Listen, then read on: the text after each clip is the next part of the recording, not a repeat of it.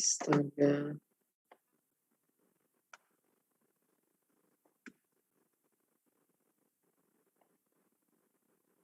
Bisa.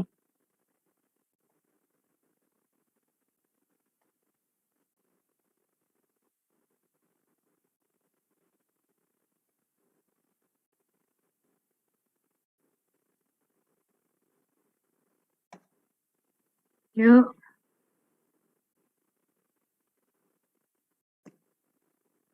Ya.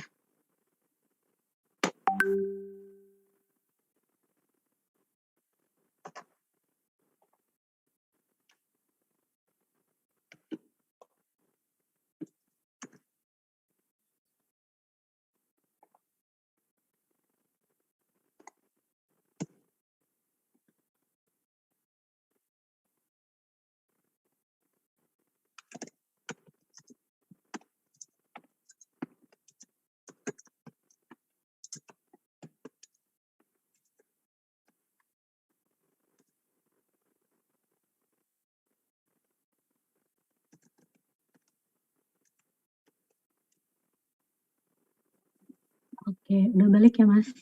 Udah. Paling karena udah mau mulai jadi aku briefing cepat dulu aja ya. Oke, kalau gitu sekali lagi thank you Mas Edi udah spare waktunya untuk ngisi sebagai mentor di acara Accelerate. Jadi webinar hari ini akan dihadiri oleh 70 peserta yang lolos mengikuti program Accelerate. Topiknya hari ini itu measurement dan matrix. Nah, untuk rundown-nya sendiri nanti kita akan opening jam 1 siang tepat. Nanti akan dibantu opening oleh moderator, itu ada Mbak Christine di sini. Lalu nanti akan ada Q teknis dari Mas Egi untuk kita mulai streaming juga. Lalu nanti dari Mbak Christine akan melakukan opening dan memperkenalkan dan menyapa Mas Edi. Jadi nanti Mas Edi boleh melakukan perkenalan secara singkat mungkin. Lalu nanti kita akan langsung lanjutkan sesi fireside chat-nya selama 30 menit. Jadi nanti question list yang ditanyakan itu yang udah dikirimkan sebelumnya. Lalu langsung dilanjutkan ke sesi Q&A sekitar 25 menit. Nah, kalau untuk sesi Q&A ini nanti pertanyaannya akan datang dari peserta. Nanti akan dibantu pilah oleh tim juga dari aku sama Mbak Asti dan Deva. Lalu setelah itu kita akan closing, lalu acara selesai. Seperti itu ya Mas Edi. Kalau ada yang kurang jelas mungkin boleh ditanyakan dulu. Sudah aman ya Mas Edi? Udah sih, cuman ini aja. Emang pertanyaannya kapan dikirim ya?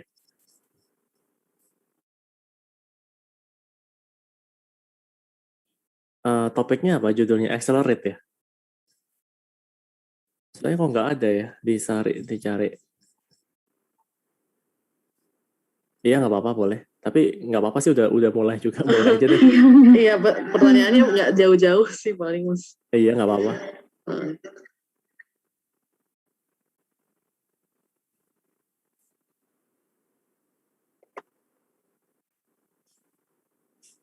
Oh, set reminder. Oke. Oh, oke. Udah, oke. Masih unread. Iya. Oh, oke. Siap. Oke deh, Mas Egi, ini berarti langsung aku lempar ke Christine ya, buat moderate. Oke, silakan Christine.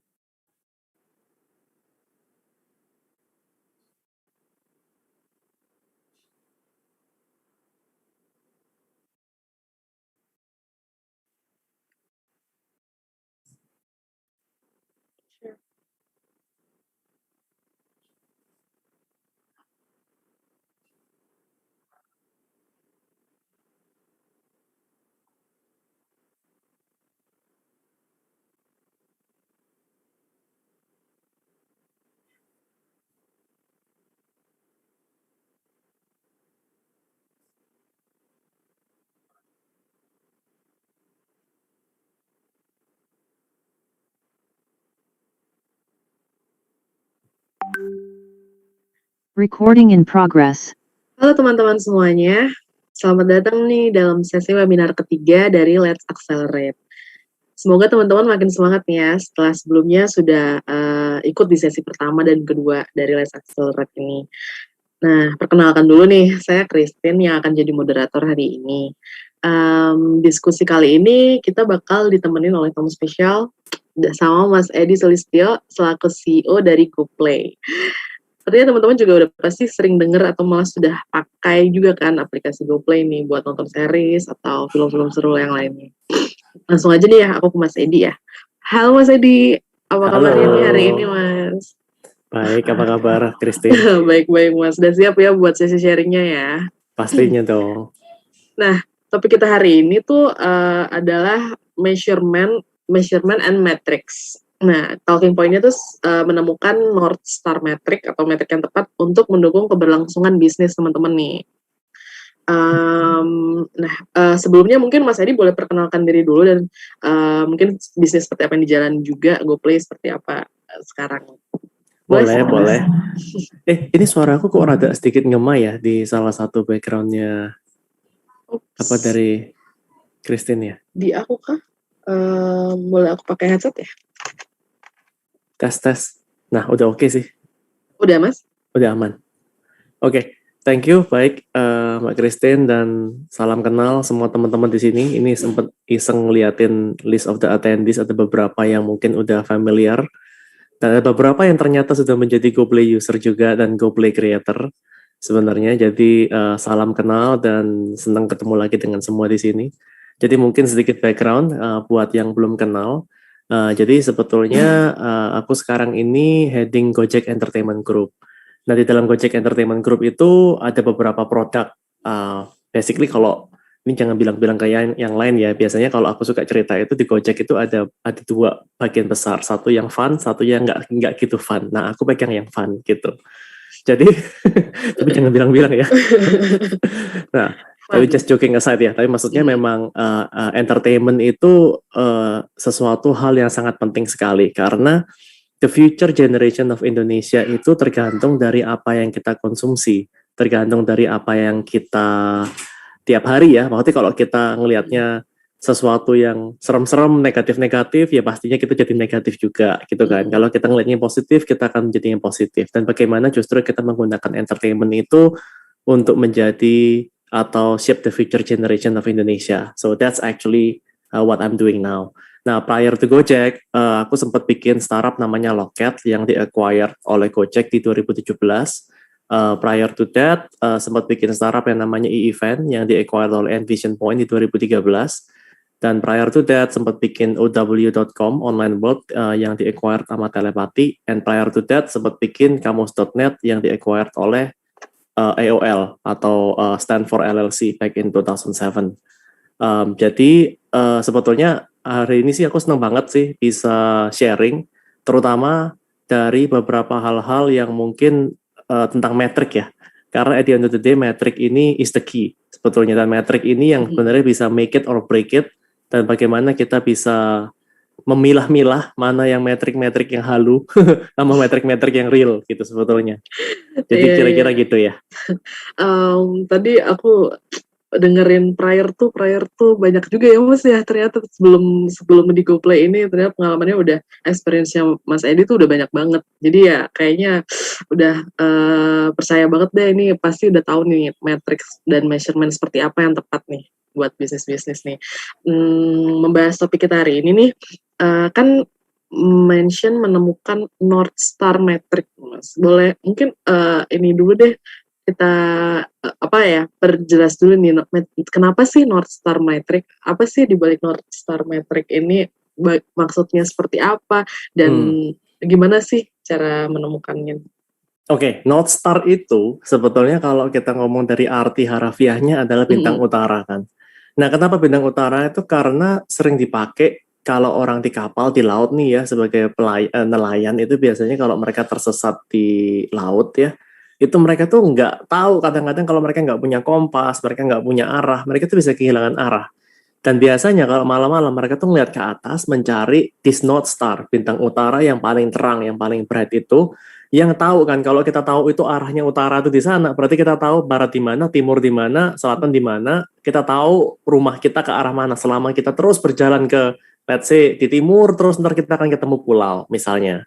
Those kind of thing. Jadi memang North Star itu adalah sesuatu yang one single metric yang benar-benar the whole company, the whole people in the company itu follow, yang kita ikutin sehingga kita nggak tersesat dan kita nggak kehilangan arah dan kita bisa menjadi getting closer to our destination.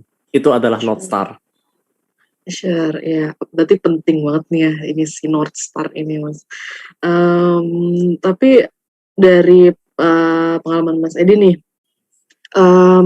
apakah maksudnya menurut Mas Edi sendiri kesuksesan startup itu sebenarnya diukur dari apa sih? Apakah kan kita ngomongin metrik dan measurement nih, measurement itu seperti apa sih kalau kesuksesan sebuah startup? Nah, ini nggak ada jawaban right or wrong answer sebetulnya. Karena metrik daripada masing-masing startup itu akan pasti berbeda. Nggak ada satu single metrik pun yang sama sebetulnya. Kalau misalnya kita ngomong metrik transaksi, kita ngomong dari perusahaan e-commerce misalnya, ya bisa jadi metriknya itu transaksi, berapa jumlah transaksi yang terjadi, atau mengerucutnya mungkin ke DTU, Daily Transacting User, atau mungkin kalau tergantung dari jenis startup mungkin MTU, Money Transacting User. Jadi semua itu tergantung. Ada juga yang mungkin startupnya berbau misalnya daily usage, misalnya kayak WhatsApp gitu. Obviously messenger seperti ini nggak ada transaksi, at least belum gitu kan. Jadi mereka menggunakan mungkin transaksinya adalah MAU, Monthly Active User, atau bahkan mungkin karena ini daily use case adalah DAU, Daily Active User gitu. Atau bisa juga mereka mau mencarinya adalah seberapa sering actually orang itu kembali setiap hari, ya kan? Misal, jadi kalau di AU mungkin cuma orang berapa, secara metrik berapa banyak orang yang balik tiap hari. MAU mungkin berapa banyak orang yang datang di bulan itu. Tapi ada juga metrik namanya DAU to MAU ratio. DAU to MAU ratio itu adalah untuk memeasure stickiness, seberapa sering orang baliknya. Nah, itu juga bisa juga. Nah, tapi at the end of the day itu balik lagi ke dalam produknya apa, visi daripada startupnya itu apa, sehingga bisa di-drill down dari vision, di-drill down ke North Star metric, dari North Star metric, ntar bisa di-drill down lagi ke masing.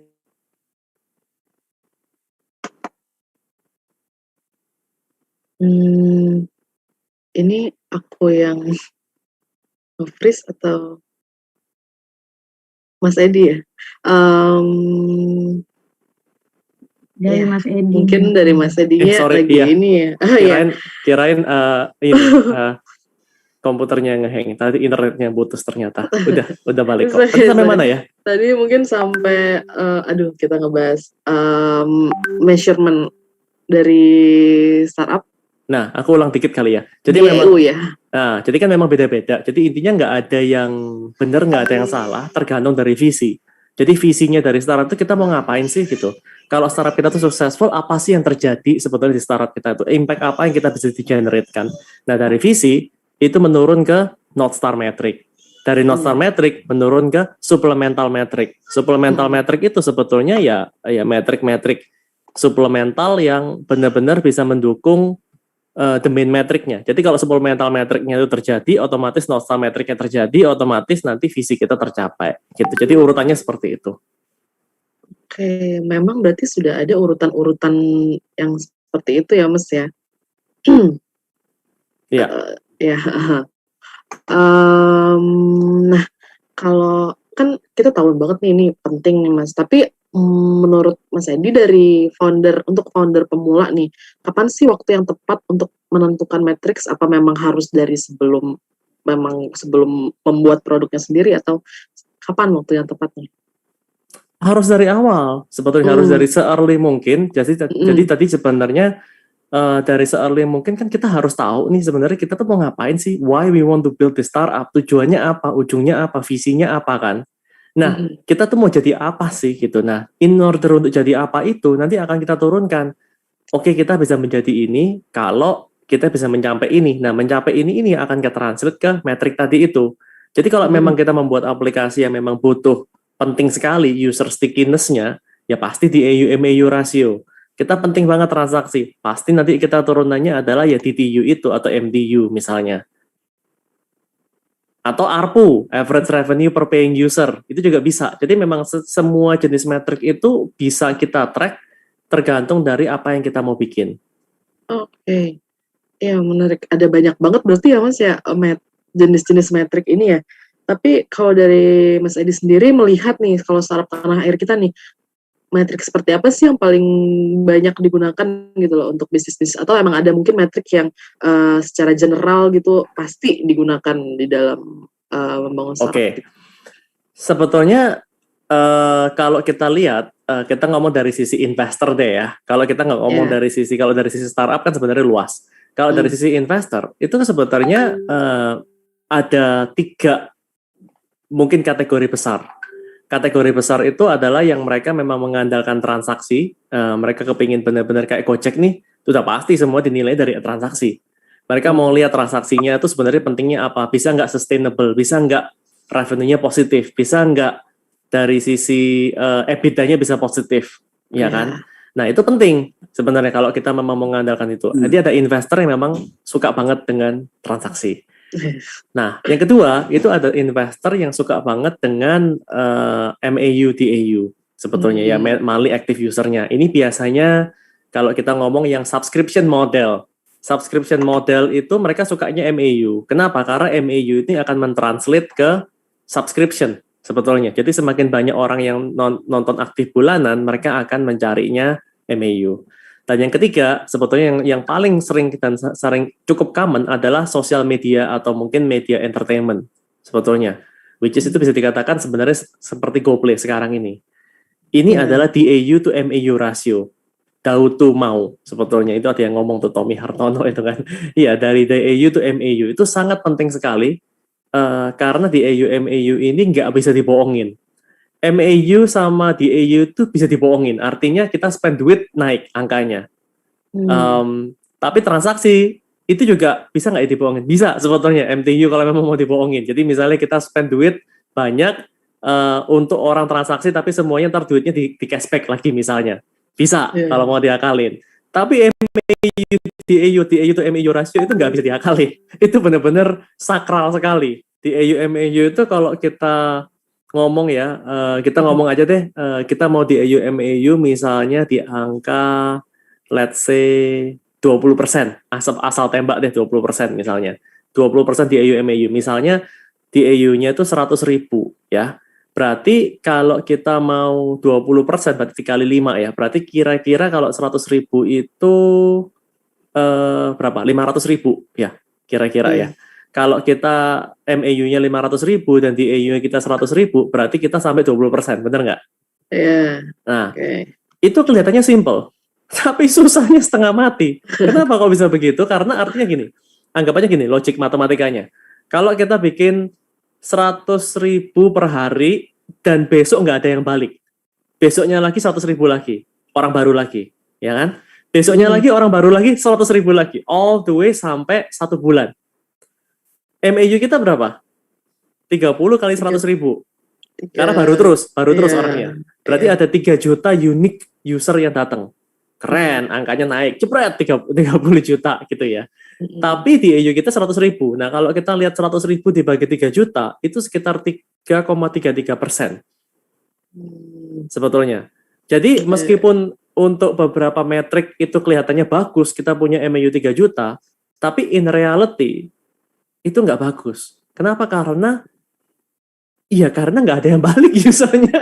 Habis pakai nggak stay gitu, nggak sticky gitu kan. Nah, atau sebaliknya, misalnya kita punya 100.000 hari ini, besok yang balik berapa? 100.000 lagi, persis 100% balik. Besoknya lagi 100.000 yang sama balik lagi. MAU kita jadinya berapa? Ya 100.000. Ya kan? Nah, berarti kita mempunyai DAU to MAU ratio berapa? 100% atau 1 lah, ya 100% sebetulnya kan. Berarti kita punya 100% DAU to MAU ratio. Nah, ini kerennya luar biasa sebetulnya. Cuma angkanya kan jadinya kecil sebetulnya. Jadi apa yang kita mau lihat sebetulnya, apakah kita pengen usernya balik apa enggak? Nah, jadi kalau tadi pakai contoh tadi, dengan kita mau balik DAU MAU kita mau nyampe 20% misalnya, ya 20%, itu berarti kira-kira kita harus bikin sekitar 87% usernya yang datang hari ini balik besok. Dan itu nggak susahnya setengah mati. Dan itu no amount of money yang kita keluarkan bisa garanti mengorkestrasikan itu. Nggak bisa. Itu harus benar-benar purely punya product market fit yang benar-benar bagus sebetulnya. Ya, berarti bisa dibilang harus sih organik lah ya ini. Intinya memang punya product market fit yang benar. Gitu. Nah, biasanya di AUM/AU ratio ini adalah metrik yang orang paling serem. Karena paling susah sebetulnya. It's really honest metric gitu yang nggak bisa dibohongin. Dan itu adalah yang tipe ketiga. Biasanya investor sendiri pun ada yang care, ada yang nggak care. Tapi biasanya kalau kita ngomong dari level yang series B, series C, series D and above sampai IPO, they will care about this. Karena ini menunjukkan the actual stickiness-nya. Betul. Ya, betul. Ya. Benar. Nah, kan metrik ini tuh benar-benar menentukan ya Mas ya, ada kalau produk itu gagal atau berhasil atau kegagalan satu produk itu ya. Nah, kapan sih maksudnya kita bisa tahu gitu? Kita bisa tahu nggak sih dari metrik ini kapan produk itu wah ini nggak bisa berhasil nih? Maksudnya ya seperti apa gitu kalau dari sisi metrik? Iya kelihatan dong kalau misalnya nih ya kita udah menentukan nih kita sukses metrik kita, North Star metrik kita misalnya di monthly transacting user gitu kan. Kita mau monthly transacting usernya atau subscriber deh kalau kita ngomong subscriber ya. Berarti itu kayak MAU lah ya atau ya MTU bisa juga lah. Nah berarti kalau dari subscriber number itu kalau emang kita mau menentukan dari targetnya kita, misalnya kita pingin punya, jadi di drive-nya sebenarnya banyak hal ya yang bisa ngedrive ya, bisa jadi dari next round of funding, bisa jadi dari kita ngitung valuasinya kita, misalnya kita ngitungnya berdasarkan dari jumlah subscriber kita di 12 bulan mendatang, di forward looking, terus dikali sama 3 kali multiplier revenue, misalnya gitu. Berarti kita menggunakan monthly transacting user itu menjadi North Star, menjadi rumus, menjadi dimasukin ke dalam formulanya itu untuk menentukan valuasi kita, ya kan? Nah, berarti kalau misalnya kita tahu dalam 6 bulan lagi kita mau raising money dengan target segini, dan kalau emang kita nggak nyampe ke dalam angka monthly transacting user yang kita mau nyampe, ya at the end kita nggak nyampe valuasi itu, dan itu bisa dikatakan we failed gitu sebetulnya. Nah, untuk menghadapi itu biasanya tuh langkah pertama tuh seperti apa sih Mas? Untuk udah tahu nih ini ada potensi kegagalan nih. Terus gimana selanjutnya? Oke. Ini juga tricky karena nggak ada jawaban yang benar atau salah sebetulnya. Tapi memang biasanya yang paling penting untuk mitigate ini adalah the whole company, everybody in the company harus tahu apa yang kita kejar. Biasanya itu akan menjadi sangat susah begitu everybody chasing different things. Artinya sebagai foundernya atau sebagai CEO-nya, itu nggak dengan tegas menentukan single metrik apa yang mau kita capai.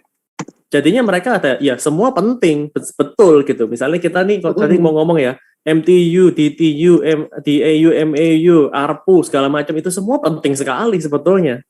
Tapi harus ada satu yang memang matter the most, sesuai dengan bisnisnya kita, sesuai dengan visinya kita.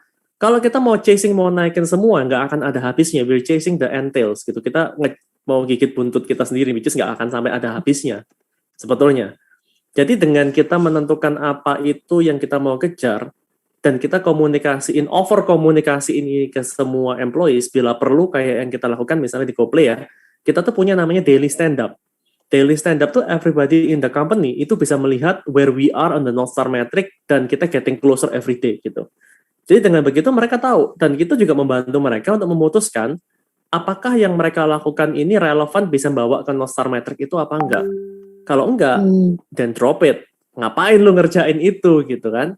Dan dari North Star metric tadi seperti yang aku bilang di awal, dari North Star metric itu akan turun ke supplemental metric, di mana supplemental metric itu tergantung dari masing-masing tim. Misalnya tim marketing, atau tim operation, atau tim platform, atau tim content, itu akan mempunyai North Star metric sendiri-sendiri, bukan North Star metric, turunannya dari North Star metric yang kita call supplemental metric itu, di mana kalau mereka nyampe itu, otomatis North Star metric akan tercapai, kan? Nah, selama itu semua tahu, everybody in the company knows what they're doing, itu akan membantu kita untuk memitigasi kemungkinan-kemungkinan gagalnya, gitu. I see. Nah, tadi udah kita udah bahas dari awal gimana berapa pentingnya matriks, kapan waktu yang tepat, sementara juga untuk memitigasi matriks.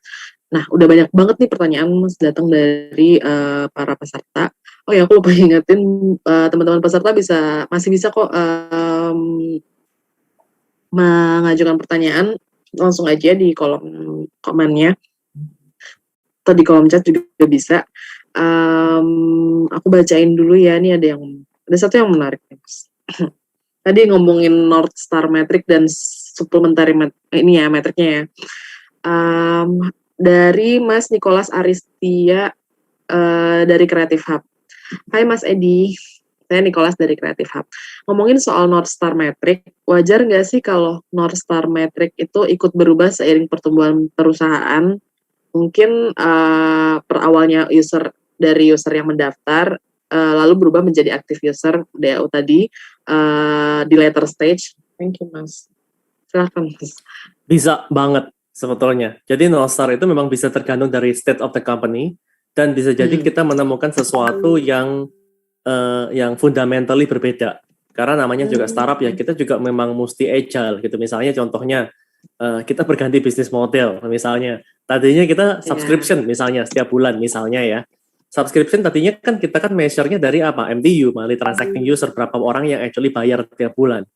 Terus tiba-tiba kita berubah menjadi advertising base. Jadi kita nggak usah subscribe lagi, mereka bisa mengakses sebuah konten tapi disupport oleh iklan misalnya, gitu kan? Berarti kan sebetulnya MTU udah nggak relevan. Apanya yang mau transaksi? Karena semuanya bisa nonton secara gratis, jadinya MAU lah yang relevan. Terus tiba-tiba kita ganti lagi nih. Kita nggak mau nih dari iklan lagi, kita maunya bikin orang itu ada sosial medianya, bisa ngupload foto, ada DM-an dan lain sebagainya gitu. Ya udah, kita jadinya DAU deh jadinya, karena kita mau tahu seberapa banyak orang yang, jadi semua bisa berubah.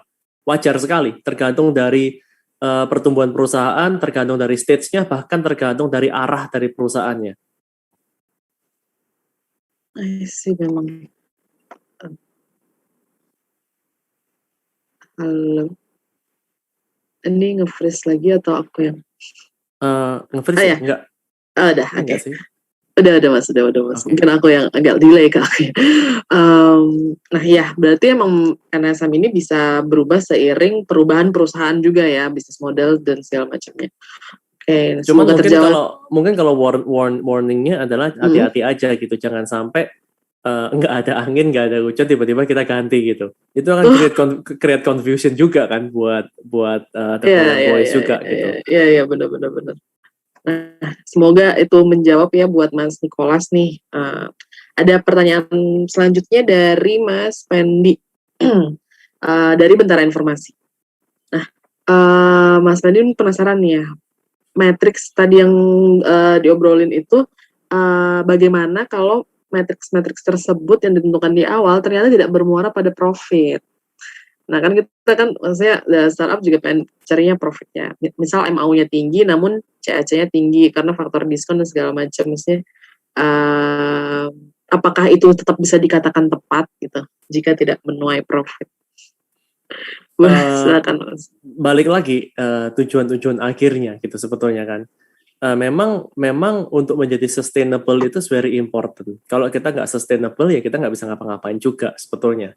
Tapi ada kalanya di saat-saat state tertentu dengan persetujuan semua pemegang saham, kita boleh untuk menggunakan uang daripada external source seperti misalnya dari investor untuk melakukan product market fit, untuk melihat product stickiness yang mana kita nggak dituntut untuk menghasilkan revenue duluan gitu, dengan catatan sebetulnya kita tahu nih ada levernya. Misalnya kita coba nih dari beberapa smaller use case, kita tahu sebetulnya kalau user itu bisa balik tiap hari dalam 7 kali dalam seminggu, 7 kalinya tiap hari dia balik, otomatis kalau kita kasih mereka sesuatu, mereka akan more than likely akan willing to pay. Karena kita sudah tahu data seperti itu, jadi sebetulnya yang kita lakukan adalah gimana caranya bikin si user ini balik setiap hari selama 7 hari berturut-turut. Kalau kita berhasil, otomatis nanti kita bisa turn on the revenue lever gitu. Selama itu masih belum jelas, ada saat-saat tertentu mungkin kita boleh menggunakan external money untuk mencapai ke dalam tahap itu. Jadi kita nggak perlu mikirin revenue in a short term basis. Gitu. Oke, ya mungkin revenue-nya tidak di awal ya, diletakkannya. Tapi yang penting gimana caranya kita bisa bikin user balik, karena memang ya sih Mas ya, kalau misalnya udah dapat loyal customer, jadi kayak yang ke depan ke belakang itu bisa menyusul aja gitu loh. Iya, intinya sesimpel itu kan, maksudnya revenue itu akan terjadi dengan sendirinya sebetulnya. Nah, coba aku cari lagi ada yang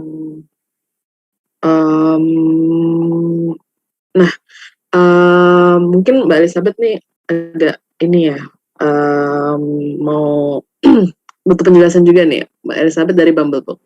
Siang Kak Edi, manggilnya Kak Edi. Mas permisi tanya-tanya untuk matrix ini, apakah apa pakem untuk semua sama atau bisa bervariasi tergantung industri? Tadi kan emang udah dijawab, emang pasti bervariasi ya. Nah, apa bedanya nih antara North Star Metric dengan Vision secara general? Mungkin itu kali ya, tadi kan Mas Adi juga bilang kita tuh harus ada North Star Metric yang benar-benar satu gitu, yang apa bedanya dengan visi secara general gitu? Ya, visi. Nah, itu sebetulnya kalau kita ngomong visi itu sebenarnya lebih ke arah what we want to become in 5 years or 10 years ya. Sedangkan mission itu like why we want to do this. Jadi memang mesti ada vision dan mission supaya kita dapat clear direction, ya kan? Karena vision itu adalah sesuatu what we want to become in 5 years sebetulnya. Misalnya mungkin dari Daily Social gitu. Visinya kita mau menjadi the largest media yang provide the most accurate news about startup in 5 years misalnya gitu kan. Nah, kalau kita mau melakukan seperti itu, berarti kita turunannya apa? Apa sih metrik? Metrik itu kuantitatif ya, yang kita bisa measure sebetulnya. Kalau kita cuma mau ngomong menjadi media, oke, media itu yang terbesar itu sangat relatif gitu. Bisa jadi menurut A ini number 1, menurut B enggak, ini nomor 2. Ada juga yang ini akurat, enggak, ini juga enggak akurat kok. Jadi sangat subjektif sekali. Tapi dengan kita menggunakan North Star Metric, itu sudah de facto nggak bisa di-challenge. Misalnya kita ngomong, ya udah MAU-nya kita sebagai media, kita maunya ada 10 juta orang yang buka Daily Social in monthly basis, misalnya. Itu adalah MAU, sebetulnya. Itu sudah clear North Star Metric-nya. Karena mungkin secara comparison, kita tahu hari ini media yang mungkin bergerak di bidang startup, atau mungkin media yang memberikan informasi-informasi akurat mengenai startup, itu mungkin hari ini terbesarnya cuma 5 juta MAU misalnya. Jadi begitu kita ngomong North Star Metric kita 10 juta, dan kita mau aiming toward that, itu sudah clear. Artinya, begitu kita nyampe di 10 juta MAU itu, sudah menjadi we are the biggest. Gitu. Nah, karena ada elemen-elemen tadi misalnya untuk the most accurate-nya, itu akan menjadi namanya quality metric. Jadi ada North Star metric-nya ditambah dengan quality metric. Bagaimana caranya kita bisa measure quality metric? Apakah itu nanti ada trusting score? Apakah nanti setiap kali ada artikel yang muncul selalu ada rating bintang 5-nya, di mana kita bisa ngomong average score artikel yang kita buat minimal 4,5 misalnya. Jadi kita bisa mengimplementasi itu. Artinya kalau kita North Star metric-nya tercapai, dengan quality metric-nya juga tercapai, artinya visi itu akan terjadi. Gitu. I see, ya benar. Berarti emang matriks ini adalah sesuatu yang saklek ya, memang bisa diukur gitu ya. Sementara kalau visi lebih subjektif nih. Nah, semoga bisa menjawab ya untuk Mbak Elizabeth. Selanjutnya ada dari Mbak Fani Ekspadana. Ini menarik nih Mas. Ada Mbak Feni punya pertanyaan, kalau kita punya beberapa revenue model, bisakah kita menentukan satu North Star metric yang utama, sedangkan di tiap revenue model bisa berbeda-beda nih North Star metric-nya? Boleh, silakan Mas. Nah, ini yang hati-hati berbahayanya karena takutnya karena menganggap semuanya penting, kita bisa mempunyai multiple North Star metric yang kita call it North Star. Kita jadi punya metrik-metrik. Selama metriknya ini saling mendukung satu sama lain, jadi kayak tadi itu multiple metric dari masing-masing revenue. Misalnya ujung-ujungnya itu nanti akan mendukung overall top revenue-nya atau top metric buat ujung-ujung di atasnya, nggak apa-apa. Tapi kalau sebetulnya dengan kita fokus ke certain metric di masing-masing revenue ini ternyata malah membuat kita semakin jauh daripada North Star metric kita, berbahaya jadinya. Karena ya itu tadi, kita anggap semuanya penting jadinya. Dan nggak ada jadi priority. Nothing is priority kalau everything is priority gitu kan. Iya. Memang berarti intinya kita harus bisa memprioritaskan ya. Iya, mana yang paling penting. Iya. Karena bintang di atas ada banyak sebetulnya. Oh iya, kalau bener. Kita mau ngikutin yang mana kalau bintangnya banyak? Bisa padahal kita analogi mengayuh kapal itu kan bener banget ya. Kalau kita semuanya ngelihatnya kelihatan ada North Star metric yang lain-lain, terus mereka pada gerak kiri kanan dan dayung ini satu ke kiri satu ke kanan, ya kita nggak akan nyampe anywhere gitu. Not going anywhere ya, benar. Ya, semoga menjawab ya Mbak Fani dalam pertanyaannya. Ada lagi, coba aku pilih ya dari banyak ini. Ada yang ini nih Mas, ada yang lebih spesifik nih nanyanya, Mas Arif dari Gundings. Jadi Mas Arif punya model bisnis B2B. Matriks utama yang perlu di-highlight itu adalah apakah jumlah acquired client atau mungkin mau tanya kali ya, apakah jumlah acquired client atau revenue yang harus di-highlight secara utama gitu. Misalnya revenue, bisa saja kontribusi salah satu klien mencapai 50% dari GMV. Apakah itu menarik bagi investor? Nah, ini cara untuk menarik investor lagi nih Mas dari Matrix.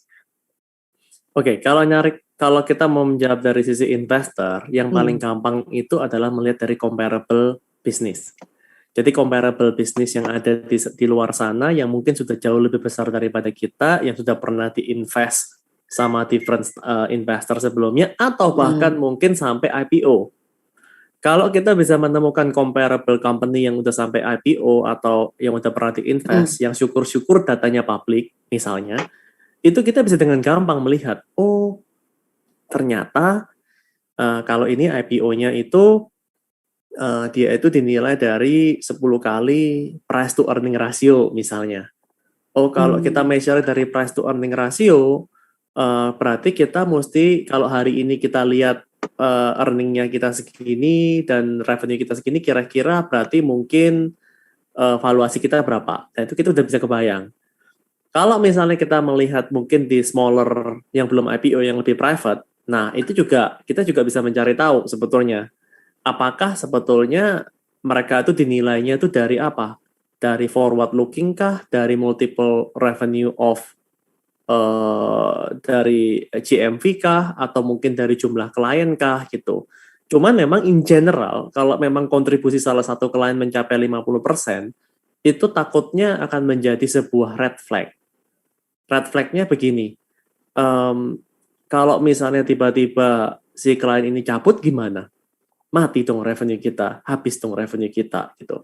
Atau misalnya diselidikin lagi, ternyata yang punya klien ini ternyata uncle-nya kita dari keponakan mana gitu, tiba-tiba saudara gitu masih kan. Itu juga lebih red flag lagi gitu, ternyata mungkin kita nggak punya product market fit gitu sebetulnya. Yang ada adalah kita mendapatkan relasi atau mungkin uncle kita dulu waktu kita kecil dititipin orang tua kita, tolong jaga anak saya gitu ya, terus dikasih mandat gitu kan, bisa jadi gitu kan. Nah, itu akan menjadi sangat berbahaya sebetulnya. Jadi in general sih it's a red flag sebetulnya. Tapi ya again it's case by case karena I don't have the enough information untuk mengetahui. Misalnya contohnya kalau ternyata ada misalnya perusahaan apa itu yang dulu bikin baju buat tentara gitu ya, apa sih namanya, Seritek atau apa gitu ya kalau nggak salah. Ada, ya yang bikin baju buat tentara gitu. Terus habis itu kita ternyata supply benangnya nih misalnya, dan benangnya khusus benang anti peluru gitu misalnya. Oh, wow. Dan yang bisa beli cuma Sritek doang. Ya masuk akal juga sih sebetulnya kalau gitu. Bisa. Jadi itu case by case. Kita nggak bisa tahu kalau hanya baca dari pertanyaannya ini, tapi memang in general it's a red flag sebetulnya. Oke. Ini sangat spesifik sih Mas Arif pertanyaannya. Semoga tadi dari penjelasan Mas Adi tadi bisa cukup menerangkan ya Mas Arif untuk jawabannya. Nah, banyak juga nih Mas ternyata untuk yang pengen ini produk-produk berbasis SAS dan B2B itu seperti apa? Boleh ini dulu deh Mas, mungkin bisa dijabarin dulu nih strateginya seperti apa kalau misalnya untuk B2B atau SAS untuk subscription, bagaimana matriksnya yang tepat gitu? Ya, pastinya sih kalau subscription pasti no-brainer adalah jumlah subscriber, udah pasti sebetulnya. Dan jumlah subscriber dan retention mungkin kalau kita mulai dari quality metricnya. Kita mau make sure kalau hari ini mereka subscribe, jangan sampai mereka besoknya mereka cancel gitu, atau mereka cuman kayak biasa tuh kalau kita ngomong subscription kalau mungkin mau nonton film gitu ya, banyak tuh orang yang cuman subscribe habis nonton di cancel gitu. Oh ya, trial gitu misalnya. Kalau kayak gitu kan benernya memang clear ya, artinya nggak memberikan value lah. Yang ngasih value filmnya bukan platformnya sebetulnya gitu. Nah kayak gitu-gitu tuh yang harus diperhatikan. Tapi in general sih kalau ngomong SaaS pastinya jumlah subscriber itu pasti sebetulnya. Jumlah subscriber. Iya. Kalau B2B, nah balik lagi B2B itu bisa macam-macam. Ada B2B yang memang B2B2C gitu, jadi basically sebetulnya kita tuh sebagai middleware-nya aja untuk menjembatani B2B untuk ke-C-nya, itu bisa dinilai dari balik lagi dari usernya, jumlah revenue dibayarkan. Kalau misalnya kita mau ngambil komisi misalnya dari every something sold, atau misalnya ngambil dari apa yang dibayarkan oleh customer, nah itu ya identity ya pasti dari jumlah user yang transacting kan. Balik lagi ujung-ujungnya ke sana sebetulnya. Ya, oke. Nah, nih semoga buat teman-teman yang bertanya-tanya tentang strategi menentukan matriks untuk B2B, nih menjawab ya penjelasan Mas Edi tadi. Ada nih, dari tadi kan kita ngobrolin metrik ya. Nah, kali ini ada pertanyaan dari Mas Timur dari Easy.id. Ini gimana sih tips and triknya sebagai CEO nih, Mas Edi kan sebagai CEO GoPlay untuk bisa mengkomunikasikan North Star Metric ke tim agar bisa terpatri dengan baik dan jadi bisa maksimal juga untuk pemantauannya. Ya, biasanya sih the way that we do things adalah kita itu memang menjelaskan in a bigger town hall apa sih North Star metricnya kita, why we want to choose that as a North Star metric, dan kita menjual mimpi. Artinya nanti setelah kita mencapai North Star ini, apa yang akan terjadi? Jadi we get the excitement that everybody truly believe at why we should do that, gitu kan. Nah, biasanya kita akan follow up dengan masing-masing mini town hall ke masing-masing tim. Karena kita harus bisa membantu mereka mentranslatekan what does it mean sih ke mereka, gitu. Apakah ini ditranslate-nya menjadi sesuatu metrik yang, jadi metriknya itu harus sesuatu yang mereka bisa relate, gitu. Sesuatu yang memang nggak akan ada pasti, tapi kita tahu kalau mereka berhasil nyampe ke dalam supplemental metric ini akan ujung-ujungnya akan bekerja sama as a team, bisa nyampe ke dalam North Star metric yang bareng-bareng itu. Jadi memang komunikasi itu very important dan memang mesti di-tailor terhadap masing-masing, karena belum tentu mereka dikasih tahu North Star metric terus mereka kayak, itu apa ya artinya buat kita ya, gitu, nggak nyambung gitu. Jadi memang harus di-over communicate sih. Over communicate ya memang kuncinya ya. Ya, semoga Mas Timur penjelasan Mas Edi tadi bisa cukup menjelaskan dari pertanyaannya Mas Timur. Ada lagi nih Mas dari Vandian Syah dari Atur Usaha. Ini mungkin ngelanjutin dari yang tadi ya, North Star Metric itu apakah bisa diturunkan lebih detail melalui KPI untuk setiap divisi dan setiap karyawan? Kayaknya Mas Fandiansyah pengen contoh konkret gitu loh Mas, ada nggak yang bisa Bisa. Ini sekalian tadi ada beberapa yang nanya mengenai OKR tadi sebetulnya di atas. Iya betul, iya ada ya juga kan? ya, benar. Jadi sebetulnya ini memang choices ya. Setiap perusahaan sebenarnya bisa memilih apakah mereka menggunakan metodologi apalah yang akan dipakai untuk membawa kapalnya. Maksudnya mau pakai kapal yang kapal layar atau mau pakai dayung itu kan beda-beda lah. Yang penting nyampe gitu sebetulnya ya. Cuman terus terang kalau memang buat dari aku personally sih, aku lebih prefer menggunakan OKR sebetulnya. OKR pun juga udah diimplement oleh the whole Gojek Group udah cukup lama, udah mungkin 3-4 tahun belakangan ini, dan hasilnya very powerful sebetulnya. Karena OKR ini adalah stretch target, basically on objective key result. Dan OKR ini sebetulnya bisa membuat kita itu things outside the box, dan bisa membuat kita ini jadinya enggak becoming more political. Kenapa political ini gini? Aku jelasin. Kalau kita kemarin waktu kita menggunakan KPI, Key Performance indikator ya, itu sebetulnya itu membuat sesuatu yang membuat kita ini cenderung untuk play it safe. Jadi kalau misalnya ditanya apa KPI kita, ya udah deh kita pokoknya mau nyampe-nya, misalnya targetnya tadi subscriber number-nya atau tadi daily social contoh ya, yang 10 juta MAU gitu misalnya. Terus kita turunin nih, berarti kalau in order sampai 10 juta dalam 5 tahun, at least ya kita hitung-hitungan kira-kira tahun ini kita mesti nyampe 1 juta gitu misalnya. Nah dari 1 juta ini kita turunin lagi nih ke masing-masing tim gitu. Nah KPI-nya itu kalau kita pakai KPI mungkin mereka akan bilang, iya berarti in order to do that, berarti setiap quarter-nya kita mesti nyampe-nya 250.000 supaya dikali 4 jadi 1 juta gitu sebetulnya. Dengan harapan kalau nyampe quarter depan dia akan mendapatkan lebih better lah, lebih kalau kita bisa tembus lebih daripada 250.000, quarter depannya lebih less pressure gitu untuk mencapai 1 jutanya. Jadi mereka akan put a buffer, terus mungkin kayak put some sort of a leeway gitu supaya karena KPI itu di-tie sama performance sebetulnya. Sedangkan kalau OKR itu suksesnya atau kita berhasil deliver apa enggak itu enggak di-tie sama performance, enggak di-tie sama bonus sebetulnya. There is a different ways to actually measure the performance kalau kita pakai OKR.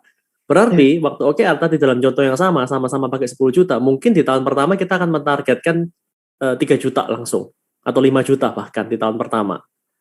Dengan kita memberikan stretch target itu, sebetulnya OKR itu 70% aja udah fulfill. 70% aja sebenarnya udah green sebetulnya.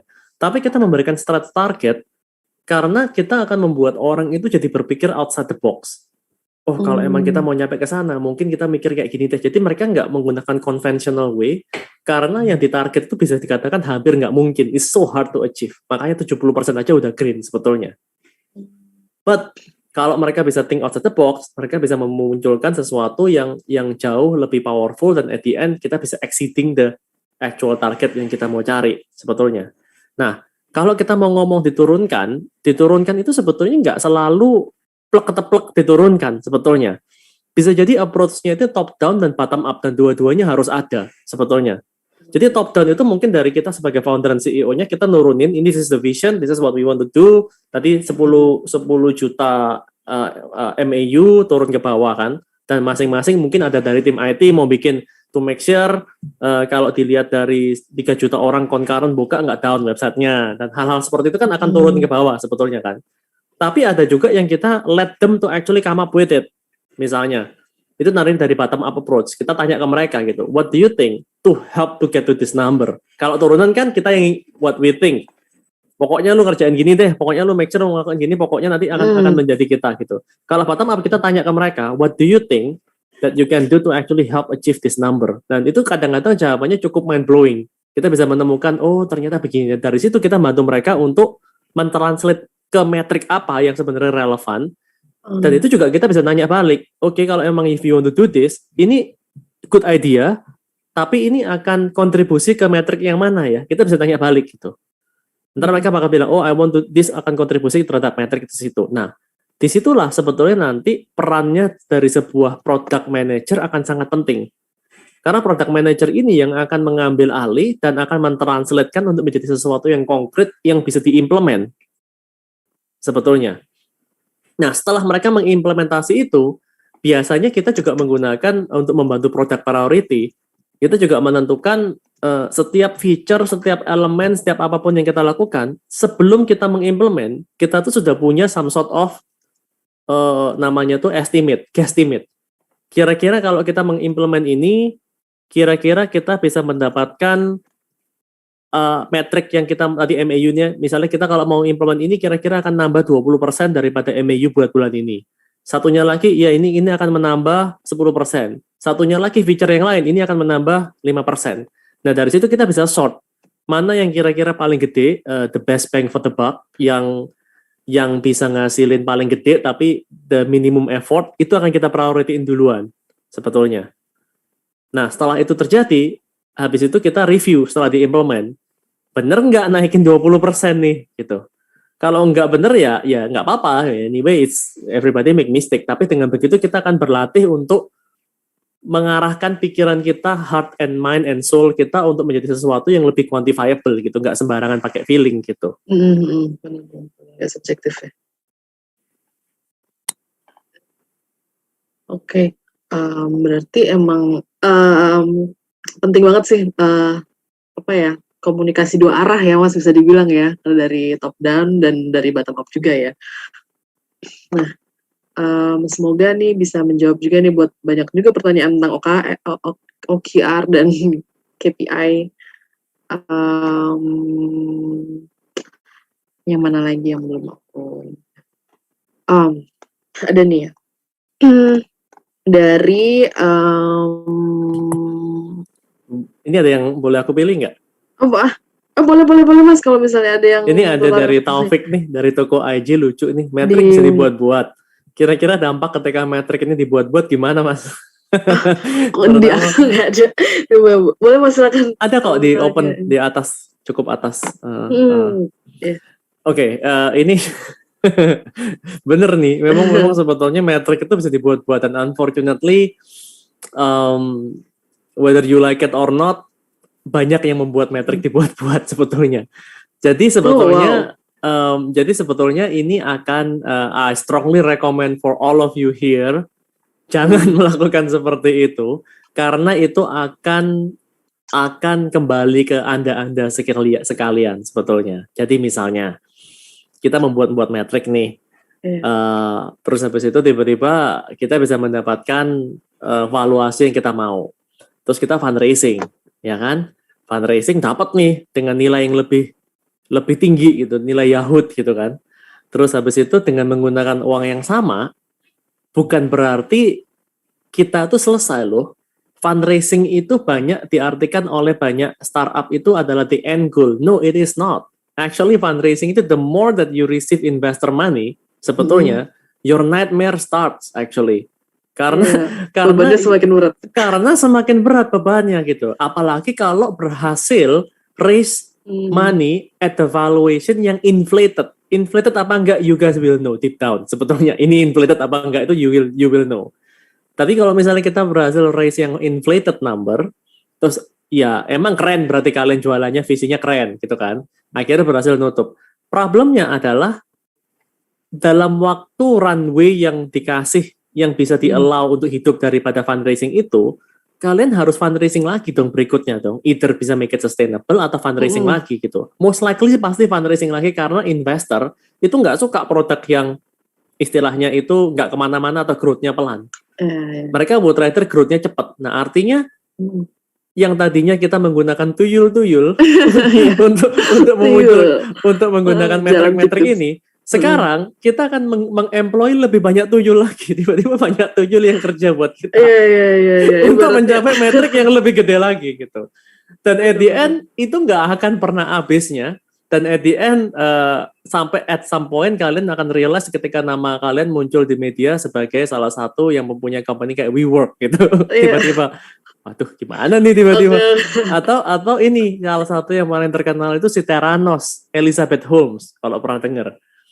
Pernah dengar nggak? Gimana? Jadi Belum. Elizabeth Holmes itu dia tuh membuat company namanya Theranos, dan Theranos itu istilahnya dia itu keren banget, punya alat kecil tinggal ditosokin jari, terus bisa kayak self home kit, bisa menemukan semua nih kolesterol, semua darah-darahnya semua tuh sangat canggih sekali gitu. Oh ya. Dan Tapi itu bener. sampai dapat kontrak loh, dapat kontrak dari Walgreens, CVS, dibeli sama semuanya. Di notice semua ini iya, ya. dan mereka punya white paper keren, jalan-jalan semua.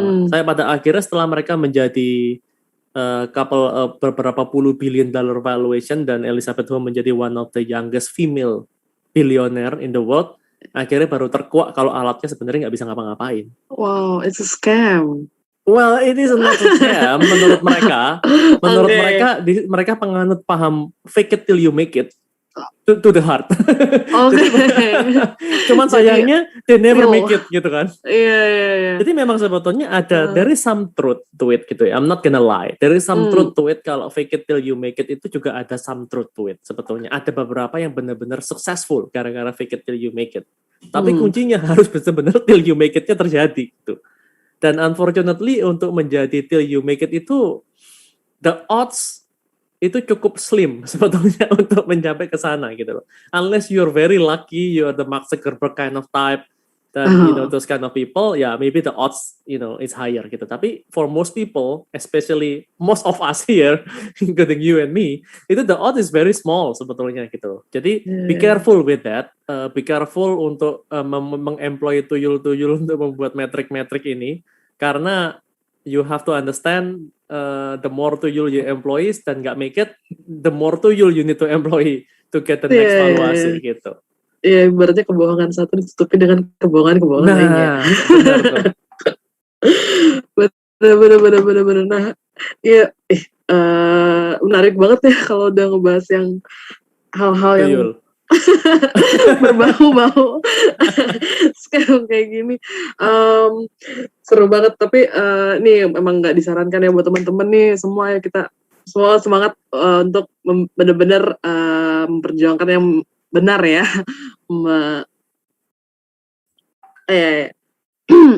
Untuk bisa teman-teman semua pokoknya jalannya yang baik ya kalau bisa. Nah, aku punya satu pertanyaan terakhir deh Mas nih, dari ini yang mungkin lebih dari pengalaman Mas Edi deh. Pernah nggak sih mengalami kebingungan? Misalnya dari kan Mas Edi juga banyak kan perusahaannya ya. Misalnya dari pengalaman-pengalaman sebelumnya juga, pernah nggak sih mengalami, aduh bingung deh, ini metriknya harus seperti apa sih? Dan biasanya tuh how to overcome gitu loh. Gimana jadi? Jadi dari bisnis sebelumnya kan ada banyak tuh, ada dari pengalaman Mas Edi sendiri aja, pernah mengalami kebingungan nggak untuk menentukan metrik metrik bisnis itu, dan how to overcome? Gini, I think itu lebih ditarik mundur lagi sih sebenarnya. Visinya jelas nggak? Kalau visinya nggak jelas, metriknya pasti bingung. Jadi bukan metriknya yang kebingungan, tuh artinya visinya nggak jelas. Oh, berarti memang harus bermula dari visi ya? Iya, pasti dong. Oh, I see. Nah, kalau misalnya dari Mas Edi menentukan visi itu sendiri? Nah, oke. Kalau itu pertanyaannya beda lagi. Kalau menentukan visi, itu sebetulnya pastinya memang harus dari berangkat daripada problem yang memang kita trying to solve ya. Dan visi itu sih sebetulnya biasanya akan disuplemen dengan why-nya, which is apa why-nya itu tadi yang seperti yang tadi aku bilang, missionnya itu apa sebetulnya, why do you want to do this, dan itu very very important. Kayak misalnya waktu Nadim dulu bikin Gojek gitu kan, simple, dia mempunyai misi gimana caranya supaya driver-driver ojol ini juga bisa mendapatkan mengimprove kesejahteraan mereka gitu dengan mengimprove. Nah, visinya yaitu membuat sebuah aplikasi yang benar-benar menjadi super app yang benar-benar bisa mengutilize semua driver-driver itu di sana gitu. Nah, dari situ kelihatan kan dia punya why-nya supaya penyerataan ekonomi terhadap driver-driver Gojek ini, dan visinya adalah what-nya, apa yang jadi super app aplikasi tadi itu. Nah, dengan dia mempunyai sebuah visi yang very clear seperti itu, semua turunannya udah jadi clear sebetulnya. Ya berarti balik lagi, ini benar-benar bisa membantu driver-driver ini untuk menjadi penyerataan ekonomi atau malah menjadi semakin dibikin drivernya menjadi semakin ribet misalnya. Itu kan sangat real ya, pertanyaan seperti itu gitu. Kalau ternyata kadang-kadang banyak daripada kita ini para founder, termasuk saya sendiri, itu juga sering halu gitu kan. Kita tahu kalau ada beberapa yang kita mau achieve, kita tahu sebetulnya ini ada beberapa problem nih, tapi sebenarnya mungkin problemnya itu nggak sebesar itu, tapi kita membesar-besarkan problemnya supaya menjustify apa yang kita lakukan, atau vice versa, kita punya problem, dan sebenarnya problemnya ini nggak exactly solve the problem, malah membuat jadi penggunanya jadi semakin ribet gitu sebetulnya. Tapi karena kita halu, kita menganggap ini solusi yang paling tepat buat kalian gitu, selalu pakai ayo bayar gitu. Ya bisa jadi kalau yang pakai itu teman-teman kita, saudara-saudara kita, om-om kita ya dikasih gitu, tapi kan belum tentu produk market fit itu terjadi sebetulnya. Iya, oke. Nah, itu ya tentang visi ya. Mas Edi, boleh nggak nih sebelum kita mengakhiri sesi webinar ini, boleh aku minta closing statement nggak dari Mas Edi terkait measurement dan metrics, dan juga buat encourage nih teman-teman buat ikut program Accelerate ini. Ya, tentunya kalian semua yang ada di Accelerate ini, you guys on the right track, pastinya. Karena kalian mendengarkan banyak hal-hal yang bisa dipastikan nggak mungkin diomongin di publik, sebetulnya. Kayak tadi ini, mengenai kayak apa tuyul-tuyul dan segala macam ya. Itu bisa dikatakan sesuatu yang rada-rada nggak masuk akal, lucu-lucu, tapi terjadi gitu kan. Dan itu saya harapkan pastinya semua yang ada di sini, karena sudah ada di sini dan sudah mendengarkan, jangan sampai repeat the same mistake gitu. Jangan sampai mendengarkan sesuatu yang hanya dari media aja, karena kebanyakan dari media, terutama nih kalau kita lihat media-media luar nih, TechCrunch dan segala macam ya, itu kan sangat mengglorify funding gitu kan. Kayak ini dapat funding, seneng, ini dapat valuasi segini, keren gitu. Yang menjadikan banyak dari kita mungkin menggunakan itu sebagai target utama dan end goal-nya kita. Sebetulnya enggak. Balik lagi ke visinya, di mana visinya itu harus kalian solidify dulu, dan setelah kita mensolidify visi itu, kita akan turun menjadi sebuah metrik, di mana metrik itu yang membantu kita untuk mencapai visi itu. Dan the more kita lakukan, sebetulnya yang paling penting adalah product market fit-nya itu. Bener nggak sih solusi yang kita offer ini benar-benar solving the problem? Bener nggak sih ada retention-nya? Bener nggak sih orangnya balik besok in daily basis gitu? Nah, hal semua ini is hard questions memang. Banyak daripada founder trying to avoid these questions. Karena nggak enak ngomongin hal-hal yang nggak enak ini kan. Ngomongnya mungkin yang, MAU kita naik, DAU kita naik gitu sebetulnya kan.